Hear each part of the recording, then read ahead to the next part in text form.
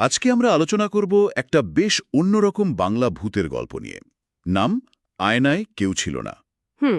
গল্পটা রিমা নামের একজন তরুণীকে নিয়ে। উনি একটা নতুন ফ্ল্যাটে ওঠেন, আর তারপরেই শুরু হয় কিছু অদ্ভুত, গা ছমছমে ব্যাপার। হ্যাঁ, এই ধরনের প্লট কিন্তু খুব পরিচিত। নতুন বাড়ি আর অদ্ভুত ঘটনা। ঠিক। আমাদের হাতে সূত্র বলতে গল্পের মূল লেখাটাই আছে। আমরা চেষ্টা করব এর ভেতরের রহস্যটা একটু খুঁড়ে দেখতে, ওই পরিবেশটা, চরিত্রটার অভিজ্ঞতা, এইসব আর কি। আচ্ছা। তো শুরুটা খুব সাধারণ। রিমা নতুন ফ্ল্যাটে জিনিসপত্র গোছাচ্ছে। ফ্ল্যাটটা দেখতে সুন্দর, বড় জানলা, পরিষ্কার, বেশ খোলামেলা। একেবারে টিপিক্যাল শুরু। কিন্তু একটা জিনিস একটু অন্যরকম। বাথরুমের আয়নাটা বেশ পুরানো ধাঁচের। আর প্রথম রাতের পরেই, ভোরের দিকে, শুরু হয় একটা শব্দ। কি শব্দ? টক টক টক, এই রকম। বলুন তো, এই যে সাধারণ পরিচিত পরিবেশ দিয়ে শুরু, এটা কি ভয়টাকে আরও জোরালো করে তোলে? অবশ্যই করে। কারণ যখন ভয়টা আমাদের চেনা গণ্ডির মধ্যে, নিজের বাড়ির মতো জায়গায় ঘটে, তখন ওটা অনেক বেশি অস্বস্তিকর লাগে। ওই দূরের ভুতুড়ে বাড়ির চেয়ে নিজের বাথরুমের আয়নাটা তখন বেশি ভয়ের হয়ে ওঠে। হ্যাঁ, তা ঠিক। আর আয়না তো বরাবরই লোককথা বা হরর গল্পে একটা অন্য জগতের দরজা বা কোনো লুকানো সত্তার প্রতীক হিসেবে ব্যবহৃত হয়ে এসেছে। এখানেও মনে হচ্ছে আয়নাটার একটা বিশেষ ভূমিকা আছে। ওই আয়নাটা নিয়েই যত গোলমাল। আচ্ছা, তাহলে প্রথম রাতের ঘটনায় যাই। রিমা সারাদিন খুব খেটেছে, ক্লান্ত হয়ে ঘুমিয়ে পড়েছে। কিন্তু প্রায় ভোরের দিকে একটা অদ্ভুত শব্দে ওর ঘুম ভাঙে। ওই টক টক শব্দটা। হ্যাঁ, টক টক টক, মনে হচ্ছে বাথরুম থেকে আসছে। নতুন ফ্ল্যাট, কেউ কোথাও নেই, অথচ এই শব্দ ভাবলেই কেমন লাগে। সত্যি গা ছমছমে ব্যাপার। রিমা কিন্তু সাহস করে ওঠে, বাথরুমে যায়, আলো জ্বালে, দেখে কেউ নেই, কিচ্ছু না, ঘর একদম ফাঁকা। কিন্তু তখন চোখ যায় আয়নাটার দিকে। দেখে আয়নার কাঁচের ওপর যেন কেউ আঙুল দিয়ে লিখেছে, বা বাষ্প জমে লেখাটার মতো লাগছে। কি লেখা? লেখা, তুমি আমার ঘরে কেন? কি সাংঘাতিক প্রশ্ন, তাই না? সরাসরি চ্যালেঞ্জ। বাবা, একেবারে সরাসরি অধিকারের প্রশ্ন। রিমা তো প্রথমে এটাকে পাত্তা দিতে চায় না, ভাবে হয়তো বাষ্প জমেছে, বা আগের ভাড়াটের ছেলে মানুষই। একটা যুক্তিসঙ্গত ব্যাখ্যা খোঁজার চেষ্টা আর কি। ঠিক। সে আয়নাটা মুছে দেয়, ভাবে ভুলে যাবে, আবার ঘুমিয়ে পড়ে। এই যে ভয়টাকে যুক্তি দিয়ে ঢাকার চেষ্টা, এটা তো খুব স্বাভাবিক, তাই না? হ্যাঁ হ্যাঁ, অবশ্যই। এটা খুব সাধারণ একটা মনস্তাত্ত্বিক ব্যাপার। আমরা যখন ভয় পাই, তখন মস্তিষ্ক চায় একটা লজিক্যাল কারণ খুঁজে বের করতে, ডিনায়াল যাকে বলে। কিন্তু এখানে ওই বার্তাটা, আমার ঘরে কেন, এটা কিন্তু খুব তাৎপর্যপূর্ণ। এর মধ্যে একটা মালিকানা বোধ আছে, একটা সীমানা লঙ্ঘনের অভিযোগ, যেন রিমার ওই ফ্ল্যাটে থাকাটাই আপত্তি জানানো হচ্ছে। ঠিক, যেন ওর উপস্থিতিটাই অন্যায়। আচ্ছা, এই যে যুক্তি দিয়ে ভয়ে তাড়ানোর চেষ্টা, এটা কি সাহস, নাকি আসলে ভয়টাকে স্বীকার করতে না চাওয়া? দুটোই হতে পারে। একদিকে হয়তো নিজেকে শক্ত রাখার চেষ্টা, আবার অন্যদিকে অবচেতন মন হয়তো বুঝে গেছে ব্যাপারটা স্বাভাবিক নয়, কিন্তু সেটা মানতে চাইছে না। হয়তো তাই। কিন্তু এখানেই তো শেষ নয়। না, অবশ্যই না। গল্পটা তো সবে শুরু। ঠিক। পরের রাতে আবার একই ঘটনা, সেই একই শব্দ, টক টক টক, একই সময় একই জায়গা থেকে। এবার নিশ্চয়ই রিমা আরও একটু সতর্ক বা ভীত। হ্যাঁ, এবার সে একটু অন্যরকম প্ল্যান করে। সে ভাবে এর একটা প্রমাণ দরকার। তো বাথরুমে ঢোকার আগে সে নিজের ফোনের ভিডিও রেকর্ডিংটা চালু করে। ও, প্রযুক্তির ব্যবহার ইন্টারেস্টিং। হ্যাঁ, এটা গল্পে একটা আধুনিক টাচ এনেছে। প্রমাণ জোগাড়ের চেষ্টা, বা হয়তো সে চাইছে অন্য কেউ ব্যাপারটা দেখুক, তাকে বিশ্বাস করুক। হতে পারে। তারপর ফোনটা চালু রেখে সে বাথরুমে ঢোকে। আবার একই দৃশ্য, কেউ নেই, ঘর খালি। হয়তো সে একটু স্বস্তিও পায় মনে মনে। কিন্তু ভিডিওটা? আসল ভয়টা অপেক্ষা করছিল ওই ভিডিওতেই। সে যখন নিজের ঘরে ফিরে এসে ভিডিওটা দেখে, তখন যা দেখতে পায় সেটা হাড়হিম করে দেওয়ার মতো। কি দেখে? ভিডিওতে স্পষ্ট দেখা যাচ্ছে বাথরুমে ঢোকার সময় ঠিক তার পিছনেই একটা মিশকালো ছায়ামূর্তি দাঁড়িয়ে। বলেন কি? হ্যাঁ, তার চোখ দুটো নাকি টকটকে লাল, আর মুখে একটা অদ্ভুত স্থির হাসি। ভাবুন একবার দৃশ্যটা। উফ, এটা তো ক্লাসিক হরর ইমাজিনারি। কালো ছায়া, লাল চোখ, হাসি। একদম। এই প্রযুক্তির ব্যবহারটা কিন্তু দারুণ। একদিকে এটা অলৌকিক ঘটনার একটা প্রায় প্রমাণ তৈরি করছে, মানে আর মনের ভুল বলার জায়গা থাকছে না। ঠিক। কিন্তু অন্যদিকে এই প্রমাণ পেয়েও তো রিমা অসহায়, বিপদটা তো কমছে না, বরং তার রূপটা আরও স্পষ্ট হচ্ছে। আর ওই বর্ণনাটা, কালো ছায়া, লাল চোখ, স্থির হাসি, এগুলো তো ভয়ের খুব পরিচিত প্রতীক।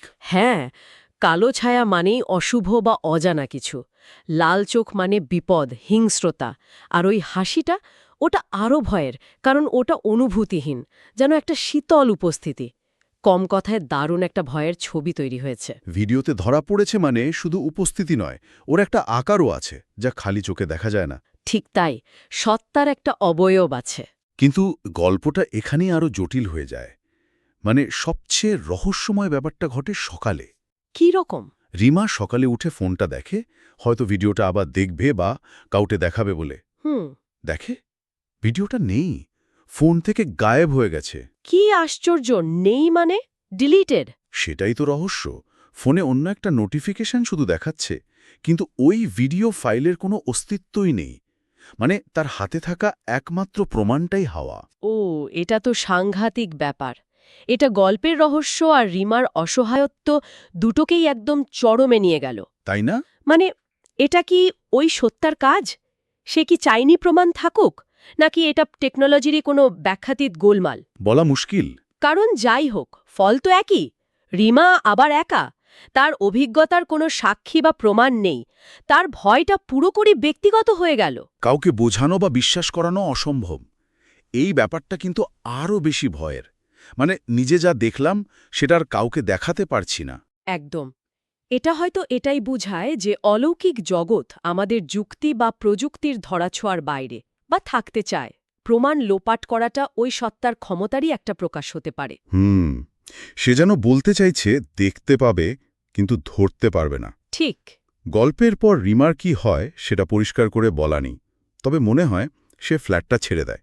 সেটাই তো স্বাভাবিক। হ্যাঁ, সেটাই হওয়ার কথা। কিন্তু তাতে কি গল্প শেষ হয়? না, কারণ ফ্ল্যাটটা তো সেখানেই থাকে। আর গল্পটা শেষ হয় এই বলে যে ওই ফ্ল্যাটে পরে যখনই কোনো নতুন ভাড়াটে আসে, তারাও কি? তারাও প্রথম রাতেই শুনতে পায় সেই একই শব্দ, টক টক টক। তার মানে সমস্যাটা রিমার ছিল না, সমস্যাটা ওই জায়গার বা ওই আয়নাটার। একদম, এটাই ইঙ্গিত। ভয়টা বা অভিশাপটা ওই ফ্ল্যাটের সঙ্গে জড়িয়ে আছে। রিমা চলে গেলেও ওটা যায়নি, এটা একটা চক্রের মতো চলতেই থাকে। একটা সাইক্লিক্যাল কার্স বা হন্টিং। নতুন ভাড়াটে আসে, একই ঘটনা ঘটে, তারাও ছেড়ে যায়, আবার নতুন কেউ, চলতেই থাকে। ওই টকটক শব্দটা যেন একটা অশুভ সিগন্যাল, নতুন অতিথির জন্য অপেক্ষা করে। ঠিক। তাহলে পুরো ব্যাপারটা দাঁড়ালো একটা নতুন ফ্ল্যাট, পুরনো আয়না, রহস্যময় টকটক শব্দ, আয়নায় বার্তা, ভিডিওতে ছায়ামূর্তি, কিন্তু প্রমাণের গায়েব হয়ে যাওয়া, আর শেষে একটা অন্তহীন ভয়ের চক্র। অল্প কথায় বেশ জমজমাট একটা ভয়ের পরিবেশ।